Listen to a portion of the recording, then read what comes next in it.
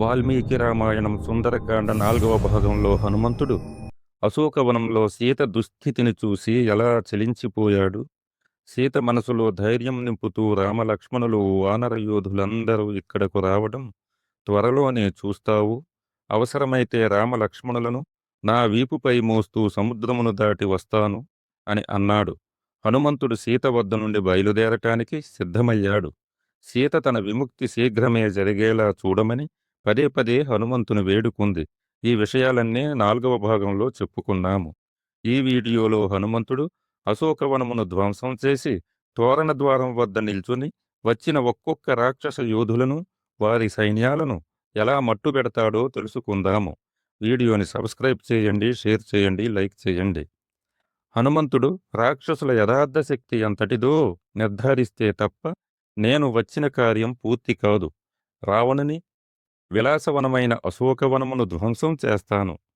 రాక్షసరాజు తన సేనను నాపై దాడి చేయడానికి పంపినప్పుడు ఆ సేనను నాశనం చేసి రాముని వద్దకు తిరిగి వెళతాను అనుకుని హనుమంతుడు అశోక వృక్షములను పడగొట్టడం, పెకలించి వేయటం మొదలుపెట్టాడు. కొలనులను కల్లోలితం చేసి పర్వతాలను నుగ్గు చేశాడు. వనద్వారం వద్ద మహాకాయంతో నిలుచున్నాడు. ఇంతలో పక్షులు, జంతువులు అరుపులు, శబ్దాలకు రాక్షస స్త్రీలు ఉలికిపాటుతో మేలుకున్నారు. హనుమంతుని ఉగ్ర రూపాన్ని చూడగానే భయంతో కంపించిపోయారు. వెంటనే సీతను చుట్టుముట్టి నీతో మాట్లాడిన ఆ ప్రాణి ఎవరు అంటూ సీతను ప్రశ్నించారు. అతడు రాక్షసుడే అయి ఉంటాడని నాకు కూడా భయంగా ఉందని సీత బదులు చెప్పింది. రాక్షస స్త్రీలలో కొందరు సీతకు కావలిగా ఉంటూ తక్కిన వారు వెళ్ళి రావణునితో ఈ విషయం చెప్పారు. ఒక మహాకాయుడు, శక్తిమంతుడైన వానరుడు సీతతో ఏదో మాట్లాడినాడు. సీత ఉన్న కొద్ది ప్రదేశమును మాత్రం వదిలి తక్కిన అశోకవనాన్నంతా చిన్నాభిన్నం చేశాడు. సీతను అడిగితే అతనెవరో తనకు తెలియదంటున్నది అని చెప్పారు. రావణుడు ఆగ్రహించి తక్షణమే హనుమంతుణ్ణి పట్టుకొమ్మని 80,000 మంది భయంకర రాక్షసులను పంపించాడు. సైనికులు ఆయుధములను ఊపుకుంటూ రాగానే హనుమంతుడు తన రూపమును మరింతగా విస్తరించి భీకరంగా తన తోకను ఝుళిపించాడు. దానివలన కలిగిన మహాశబ్దం లంకానగరమంతటా ప్రతిధ్వనించింది. అంతట హనుమంతుడు నేను శ్రీరాముని బంటును, నేను తలచుకుంటే 1000 మంది రావణులను నిర్జించగలను అంటూ సవాలు చేశాడు. హనుమంతుడు పెద్ద పెట్టున గర్జించడంతో రాక్షసులు భయకంపితులైనారు. అయినప్పటికీ వారు అన్ని వైపుల నుండి దాడి ప్రారంభించారు. హనుమంతుడు వనద్వారం వద్ద పడి ఉన్న ఒక ఇనుప గదను తీసుకుని గాలిలో ఎగురుతూ రాక్షస సేననంతటినీ మట్టుపెట్టాడు.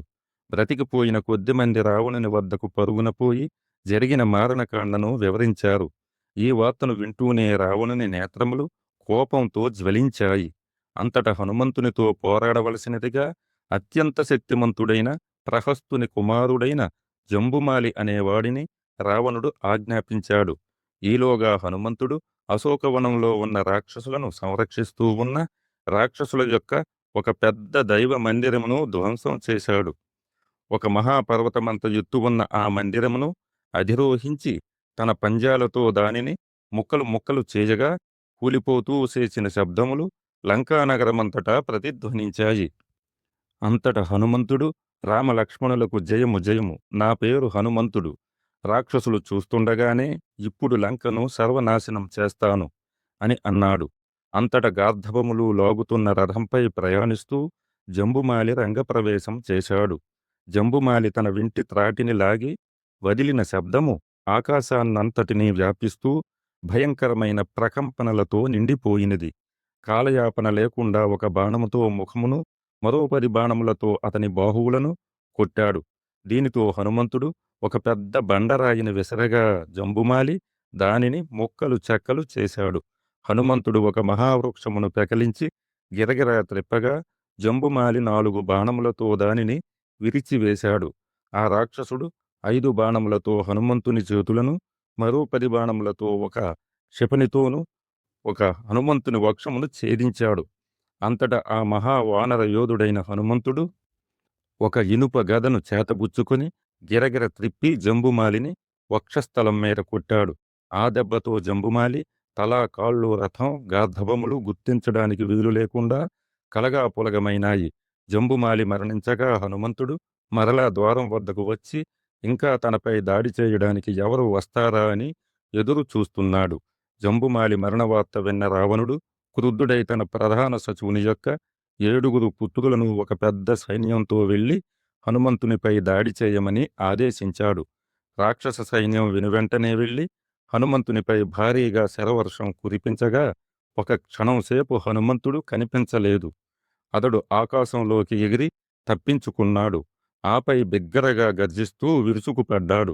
తన బాహువులతోనూ పాదములతోనూ అసంఖ్యాకులైన రాక్షసులను పడగొట్టి తన గోళ్లతో ఖండఖండములుగా చీల్చివేశాడు. ప్రధాన సచివుని యొక్క 7 పుత్రులను వధించాడు. మిగిలిన యోధులను భయంతో కాలికి బుద్ధి చెప్పారు. హనుమంతుడు మరలా తోరణ ద్వారం వద్దకు వచ్చి ఇంకా యుద్ధానికి ఎవరు వస్తారానని నిరీక్షిస్తూ ఉన్నాడు. అంతట రావణుడు 5 ప్రముఖ సేనాధిపతులను భారీ సైన్యంతో పంపుతూ ఈ హనుమంతుడు ఎవరో శక్తిశాలి వలె ఉన్నాడు. అతడిని బంధించి తీసుకురండి అని అన్నాడు. ఆ తర్వాత రాక్షస సేన హనుమంతుణ్ణి అన్ని వైపుల నుండి ముట్టడించింది. దుర్ధరుడనే సైన్యాధిపతి 5 బాణములను వదిలి హనుమంతుని పాలభాగమును ఛేదించాడు. అంతట హనుమంతుడు ఒక గెంతున ఆకాశంలోకి ఎగిరి తన శరీరమును పెంచి పర్వతమును తాకిన మెరుపువలె దుర్ధరుని రథంపై పడ్డాడు. హనుమంతుని మహాకాయ ప్రభావం వలననే రథం భగ్నమై దుర్ధరుడు అతని అశ్వములు నుగ్గునుగ్గుగా మారి మరణించడం జరిగింది. తన సహచరుని వినాశనం చూసిన విరూపాక్ష యుపక్షులనే సేనాధిపతులిద్దరూ తమ గదా ఆయుధములతో హనుమంతుని వక్షస్థలంపై కొట్టారు. హనుమంతుడు ఒక ఎత్తైన వృక్షమును పెకలించి ఆ సేనాధిపతులిద్దరినీ చావు దెబ్బ తీశాడు. ఇక ప్రఘనుడు, భాసకర్ణుడనే 2 యోధులను ఒక పర్వత శిఖరంతో మోది గుజ్జుగా చేశాడు. ఆ తరువాత హనుమంతుడు మరణించిన అశ్వములతో బాది తక్కిన అశ్వములను చంపాడు. కొన్ని ఏనుగులతో మోది తక్కిన ఏనుగులను నుగ్గు చేశాడు. మృతి చెందిన సైనికుల దేహాలతో తక్కిన సైనికులను కొట్టి చంపాడు. విరిగిన రథములతో తక్కిన రథములను ధ్వంసం చేశాడు. నేలంతా ముక్కలు ముక్కలుగా పడి ఉన్న చచ్చిన శరీరములతో నింపి హనుమంతుడు మరోసారి తోరణ ద్వారం వద్ద నిలబడ్డాడు. ఇంకా యుద్ధానికి ఎవరు వస్తారా అని చూస్తున్నాడు. ఈ మారణకాండ గూర్చి వింటూనే రావణుడు తన సమీపంలో ఆసీనుడై ఉన్న తన కుమారుడైన అక్షుని వైపు చూశాడు. తన తండ్రి భావమును అర్థం చేసుకున్న అక్షుడు కథన కుతూహలంతో 8 గుర్రములతో గాలిలో ప్రయాణించగల తన మాయారథమును అధిరోహించాడు. హనుమంతునికి అక్షునికి మధ్య జరిగిన ద్వంద్వయుద్ధం కారణముగా భూమి కంపించసాగింది. సూర్యుడు మసకబారాడు. గాలి వేచటం ఆగిపోయింది. అక్షుడు నిరంతరాయముగా బాణాలు గుప్పిస్తున్నాడు. హనుమంతుడు ఆకాశంలో ఎగురుతూనే చాకచక్యంగా తప్పించుకుంటున్నాడు. అక్షుడు వేసిన 3 బాణములు తన శిరస్సులో గుచ్చుకున్నాయి. ఒక బాణం వక్షస్థలంలో గుచ్చుకుంది. హనుమంతుడు అక్షుని యుద్ధ కౌశలాన్ని మెచ్చుకున్నాడు. అయినా వ్యాపిస్తున్న అగ్నిని తక్షణమే ఆపివేయాలి. ఇతడిని నేను వెంటనే వధించాలి అనుకున్నాడు. హనుమంతుడు తన వేగము పెంచుతూ ఒక్క చరుపుతో అక్షుని అశ్వములన్నింటినీ చంపివేశాడు. రథమును ముక్కలు చేశాడు. అక్షుడు ధనుస్సును తన ఖడ్గమును చేతితో పట్టుకొని స్వర్గమునకు వెళుతున్న ఋషివలె ఆకాశమునకు ఎగిరాడు. అయితే చురుకైన హనుమంతుడు అక్షుని కాళ్ళు దొరకబుచ్చుకొని 1000 మార్లు గిరగిరా త్రిప్పి బలంగా నేలకేసి కొట్టాడు. అవయవములన్నీ నుగ్గయి అక్షుడు రక్తం కక్కుకుంటూ మరణించాడు. ఆకాశంలో నిలిచి హనుమంతుని యుద్ధమును తిలకించిన ఋషులు ఆశ్చర్యంతో చూశారు. రావణుని హృదయం తల్లడిల్లినది. హనుమంతుడు మరలా తోరణ ద్వారం వద్ద నిలబడ్డాడు. ఇంకా రానున్న రాక్షసుల దాడికై ఎదురు చూస్తున్నాడు. భయం అంటే ఎలా ఉంటుందో రావణుని ముఖంలో కనిపించింది. కోపమును అణుచుకుంటూ తన జ్యేష్ఠ పుత్రుడైన ఇంద్రజిత్తును పంపించాడు రావణుడు. ఇంకా ఉంది, తరువాతి భాగంలో తెలుసుకుందాం. సెలవు. నమస్కారం.